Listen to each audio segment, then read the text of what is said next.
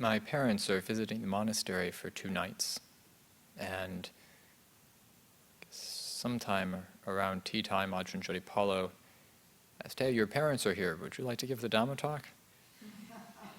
And okay. And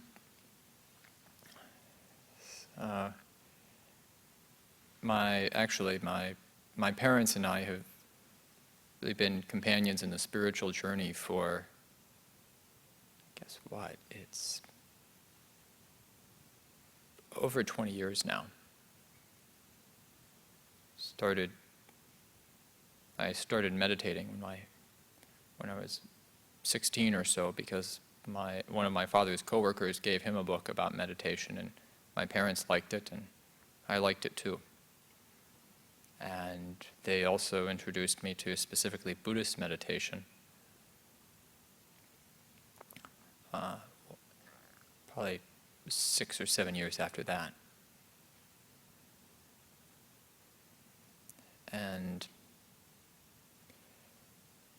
so it was in some ways totally no surprise that when my father arrived, he arrived with a Dhamma question. And he's writing a blog about integrity, and I think particularly integrity in the business world. And I guess he's written part 1 and is working on part 2. So he was asking about, what did the Buddha have to say about integrity?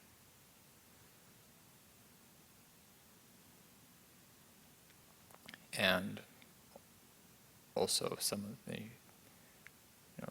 of his own reflections, and curious to understand, hear what I had to say about it. And so, since we've already talked at length about it, I might repeat almost all of it, but I think it's a good question. And the very first thing is to note that the Buddha did not actually use the word integrity. All the scriptures are in Pali. And so, depending on the translation, whether integrity shows up in the Buddhist scriptures depends on how you choose to translate Pali words into English. Ajahn Jeff translates saparissa as a person of integrity. And saparissa is a term that's used, I think, fairly frequently in the canon. I think more literally it might mean a true person. Or at breakfast, Lumpur Pasano said a noble person is another translation.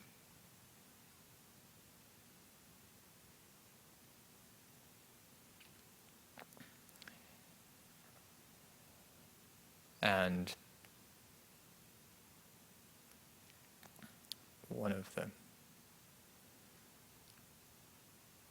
of the first texts that came to my mind was just that the Buddha asks the monks, is it possible that a person of no integrity could discern this is a person with no integrity? And the monks reply, no, Lord. He praises that response. And similarly, a person of no integrity cannot discern that someone is a person of integrity either. But a person of integrity can discern both others of integrity and without it.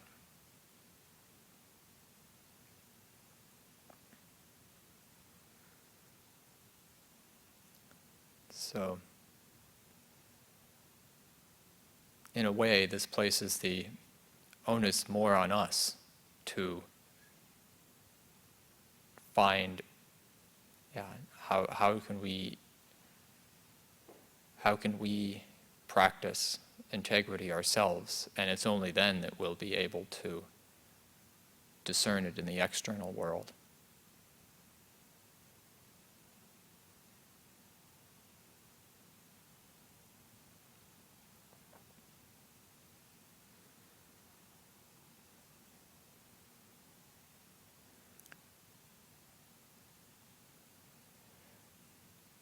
So my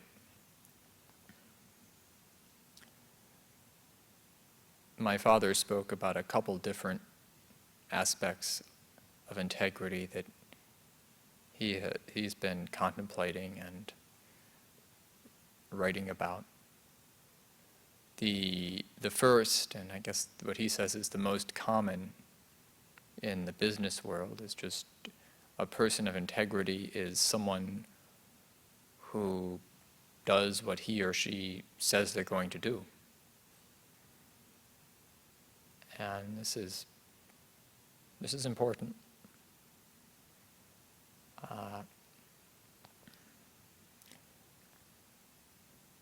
In particular, for those of us who are Buddhist practitioners and who undertake precepts, like the ceremony that just happened. Having integrity means understanding the precepts and understanding how to apply them and sticking with it.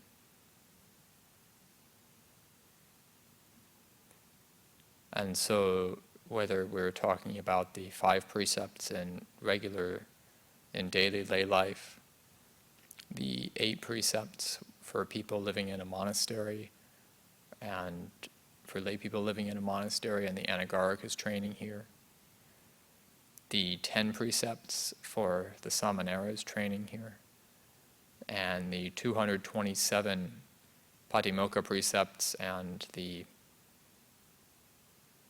probably 1,000 plus other minor rules that the fully ordained monks keep here. It's very important. Vinaya is the lifeblood of the sasana. We recite every Vinaya class. And Ajahn Chah placed great emphasis on maintaining the precepts that we undertake.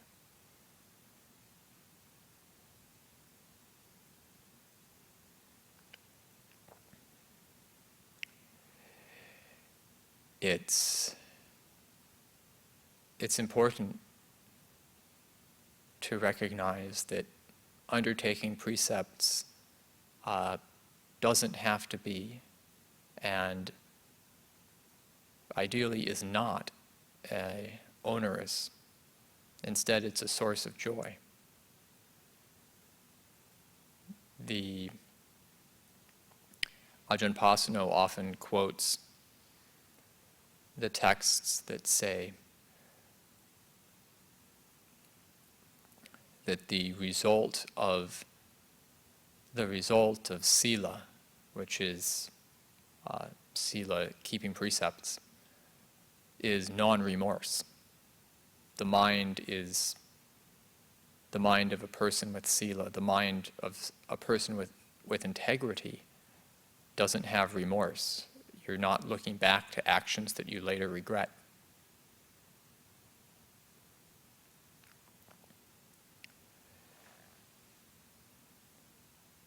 This non-remorse leads to gladness.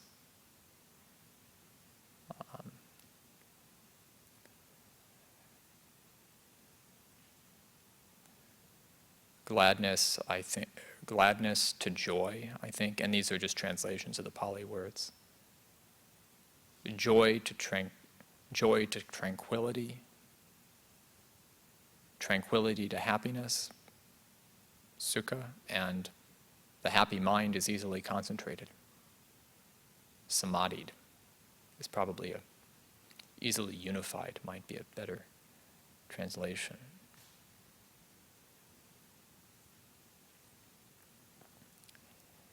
So there it is, how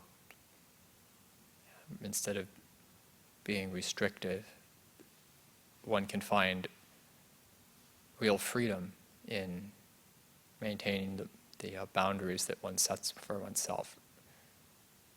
The freedom is not, you limit the external actions to only what is beautiful, and then that beauty is reflected in the mind, and the mind opens up to a vast space that is not accessible if you weren't keeping those precepts.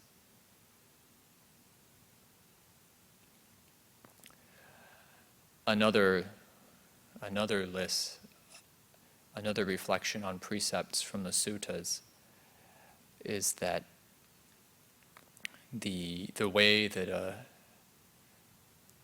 a noble person or person of integrity keeps precepts is a list of 8 adjectives: unblemished, unblotched,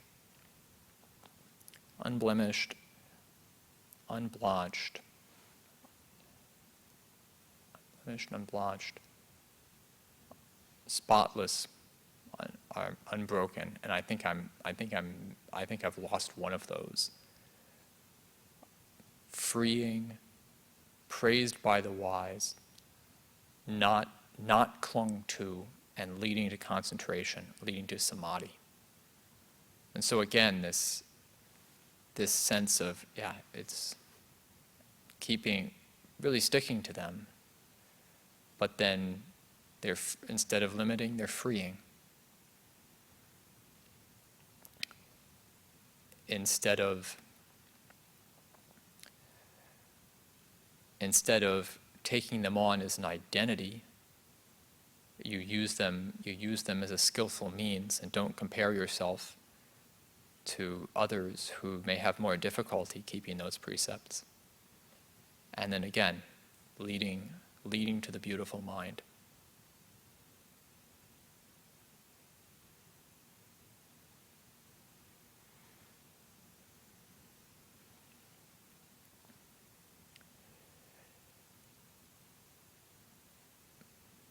And there's another aspect of being a person who does what he or she says that they'll do. And that's being circumspect about what we commit to and the language that we use. Because, the future is uncertain, and it's important that we recognize that and commit to what we can actually do, rather than what we imagine.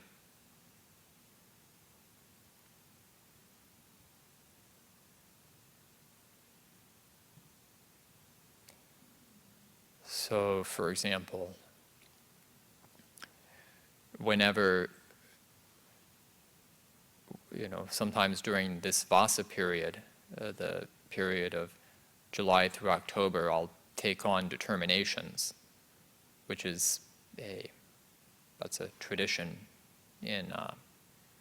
it's traditional in forest monasteries for monks to do that. But I always test it whatever I determine to do, I make sure to test it for a couple of weeks first, just to make sure that I'm okay. Yeah, it looks like I can commit to this for 3 months, so try it for 2 weeks first.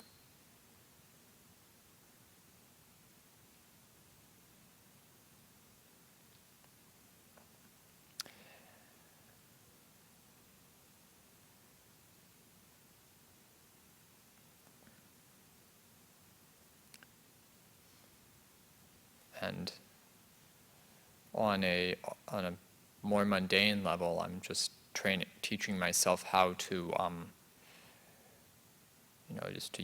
to explain, for instance, that I I plan to do things, which is true, but whether, it's in some ways there's always circumstances that I can't foresee that might mean I don't end up doing that. So I explain my plans, but not say this will happen, because I don't know that. And I believe it was Ajahn Chah who said that any speech that ignores the truth of anicca is not the speech of the noble ones. Again, you could say, not the speech of those with integrity.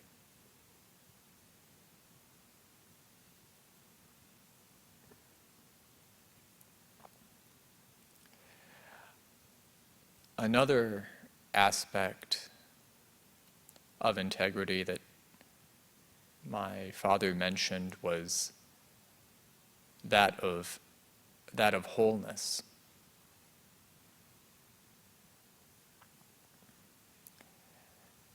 Being consistent. If you actually acting according to what you know, rather than oftentimes we intellectually know things, but then for a wide variety of reasons we actually don't act accordingly.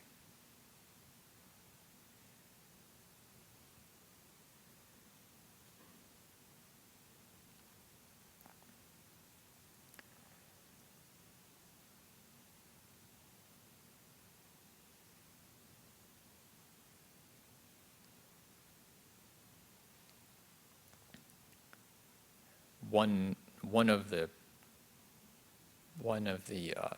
most striking examples of this is just how difficult it is to actually take in the knowledge that we are subject to aging, sickness, death, and separation.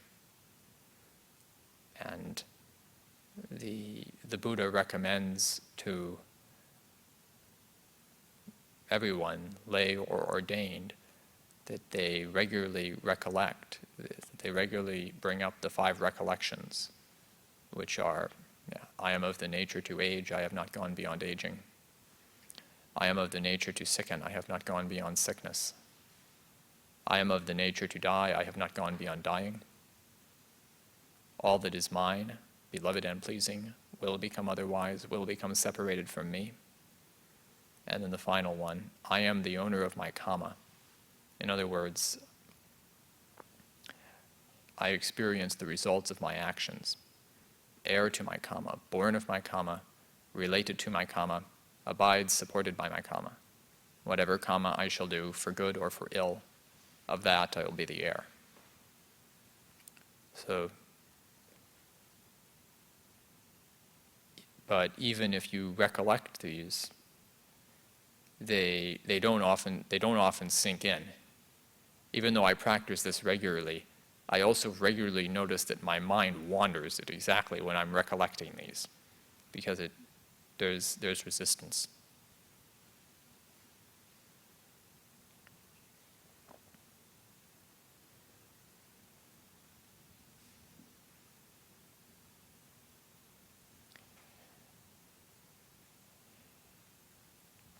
And yet, if we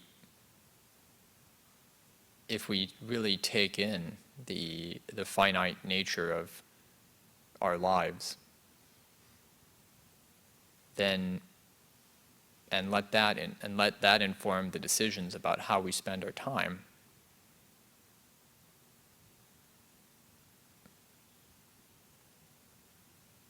we're going to, I think we'd waste less of it. We would, and again, I think if you let that sink in, then you will feel less remorse about how you actually spent your time. And because it's more in line with the truth. Problem is that if we we forget about those and then spend our time heedlessly, and then we feel remorse about how we spent that time, and that's a burden for the mind. Whereas if we recognize that, as the fifth reflection says, our actions really matter. And if we act as if they really matter, and in particular, if we ask the question, what actions, when I do them, will be for my long-term well-being and for the long-term well-being of others, and act accordingly, then our actions will be something to rejoice in, and no remorse, and the mind will, and over time, that will brighten the mind. And in some ways, that's as important as having a good meditation technique in terms of one's ability to unify the mind.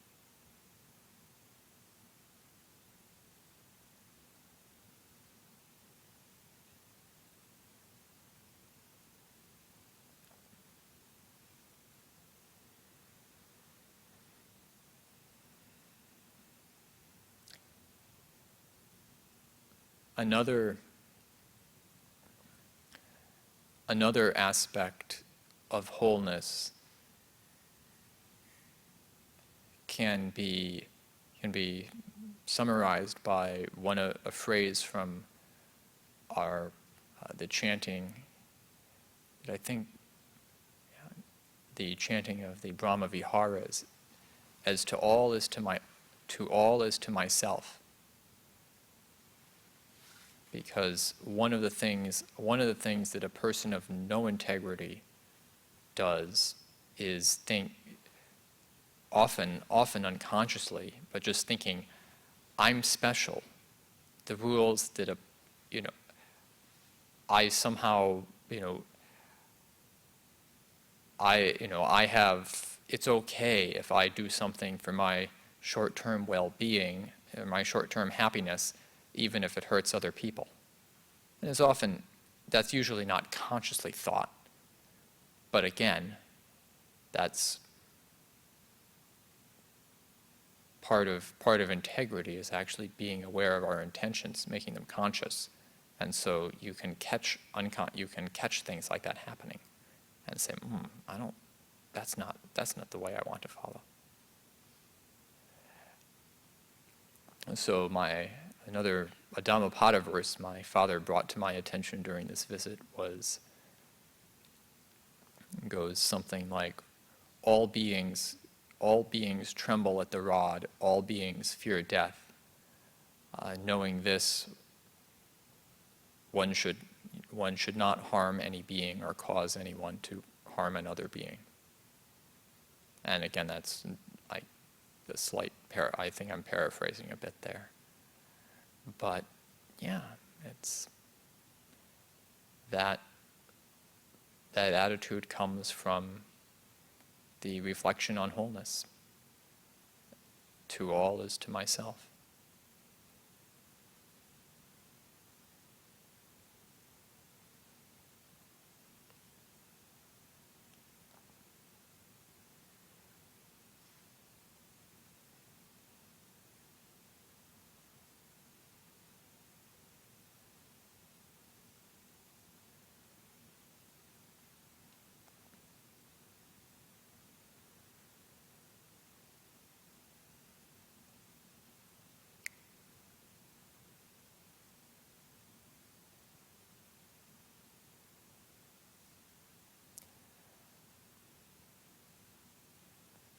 Another aspect of integrity that my father was exploring was he was pondering that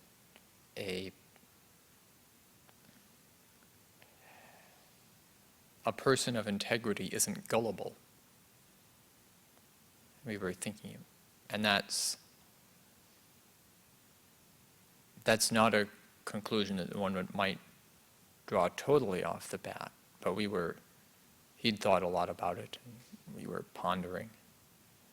And thinking about it, part of what I recognized is that in order to be a person of integrity, you have to become skilled at catching the ways that you deceive yourself. Either because if you commit to doing something important, there's probably going to be inner voices that don't like that.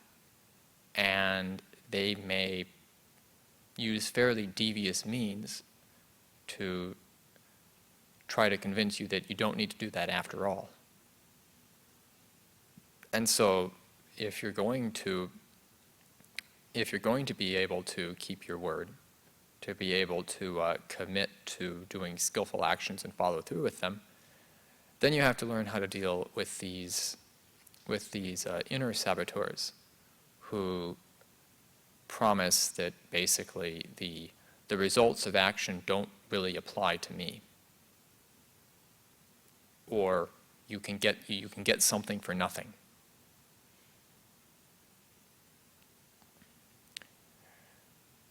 Or again, it's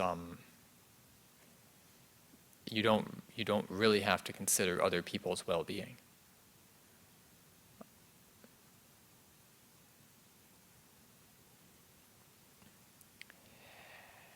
And I was reflecting that, well, if you develop skill at dealing with these voices internally, then it's easier to deal with them than they come from the outside as well.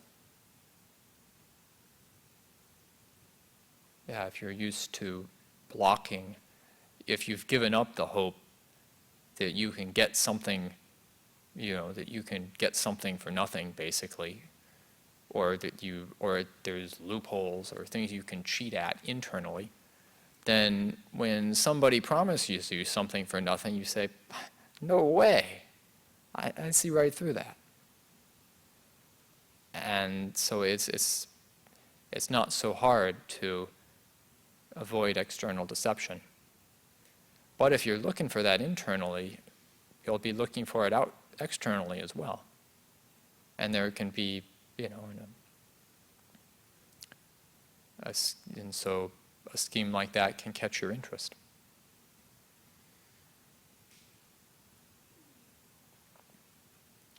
And again, just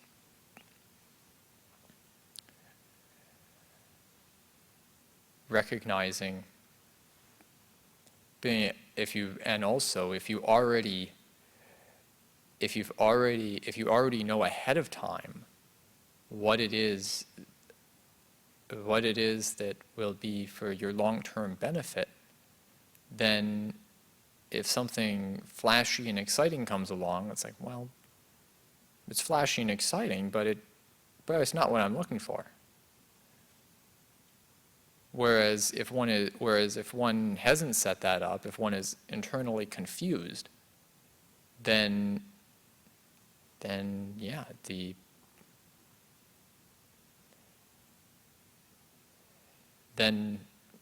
one can get hooked by things that are designed to hook people who are hookable.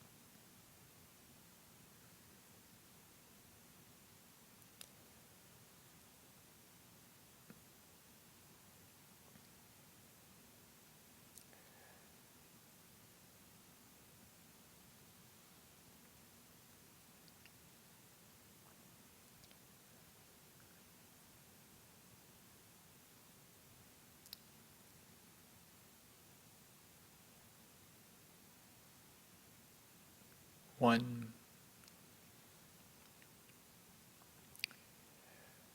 I guess one other reflection, this is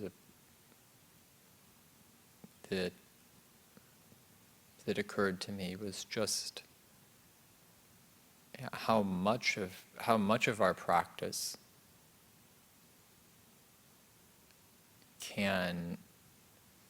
is really encompassed by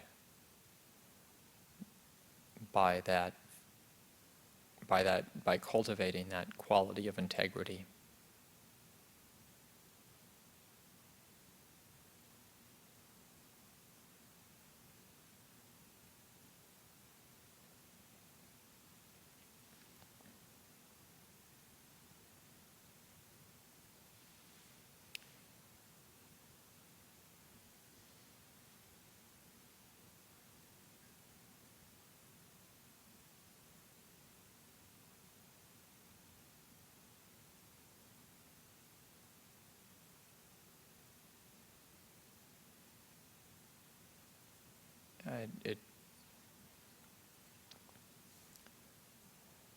And integrity is I think part of the reason my father is choosing to write a blog about integrity is that integrity in the English language sounds better than say virtue, and I guess the other thing is that particularly in the United States, sometimes Ajahn Pasano's mentioned that translation of saparissa is noble, but nobles have never been very popular in the United States from the very beginning. And so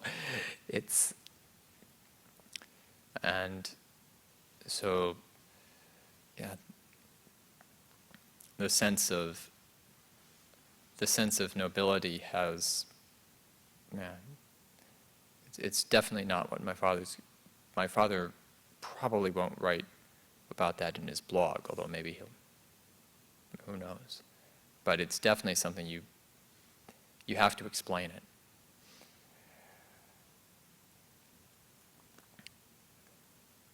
But in some ways, that sense of,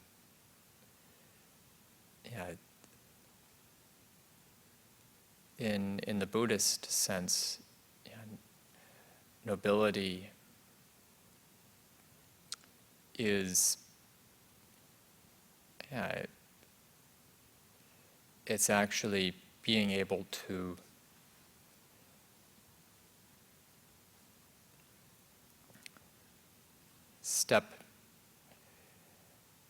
in a sense, step out of the concern, what everyone else is sort of running, helter-skelter after this or, either towards this or that object of desire or away from this or that object of fear. Someone who is noble sees through that and doesn't have to, and although they might act internally, they don't move. There's a stability. One of the descriptions that I like of the of stream entry, the first stage of awakening, and technically, stream enterers are considered noble beings in the way that the Arya Pugala, in the way that the Pali Canon describes things, is one who has entered the stream of Dhamma is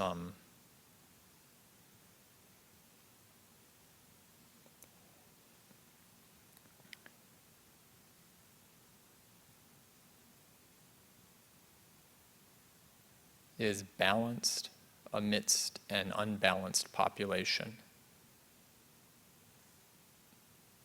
And I think their balance, another way to understand that might be in tune amidst a dissonant population.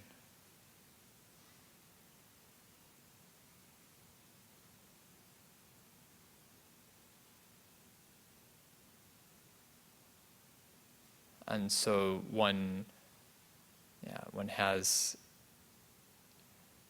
when one takes integrity far enough, one has a compass inside oneself where one knows for oneself what the truth is, and is no longer relying on others. Oh, right, it's in balance amidst an unbalanced population, unafflicted. That's the other one, unafflicted again, amidst an afflicted population. So a massive reduction in suffering. And these are qualities well worth cultivating.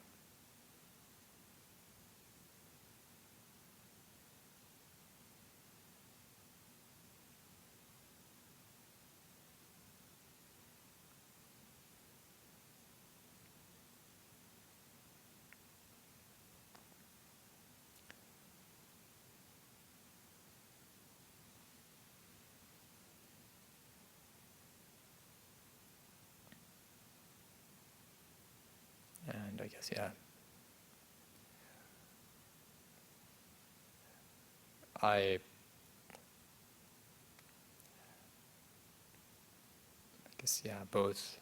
both my parents and I, reflecting, felt quite fortunate to have the structure of the Buddha Dhamma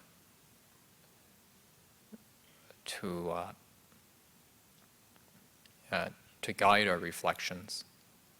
And I know my father's writing to an audience which, for the most part, doesn't. So I think it's a challenge.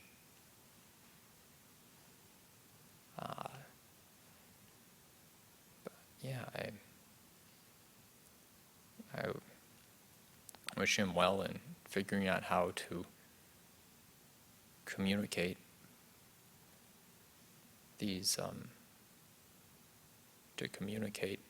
this, and also just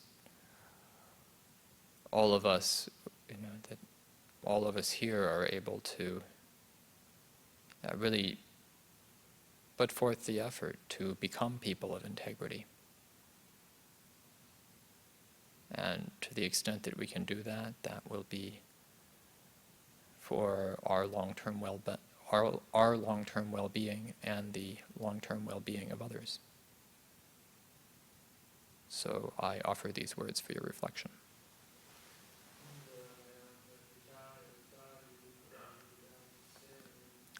Sadhu, sadhu, sadhu, anumodami.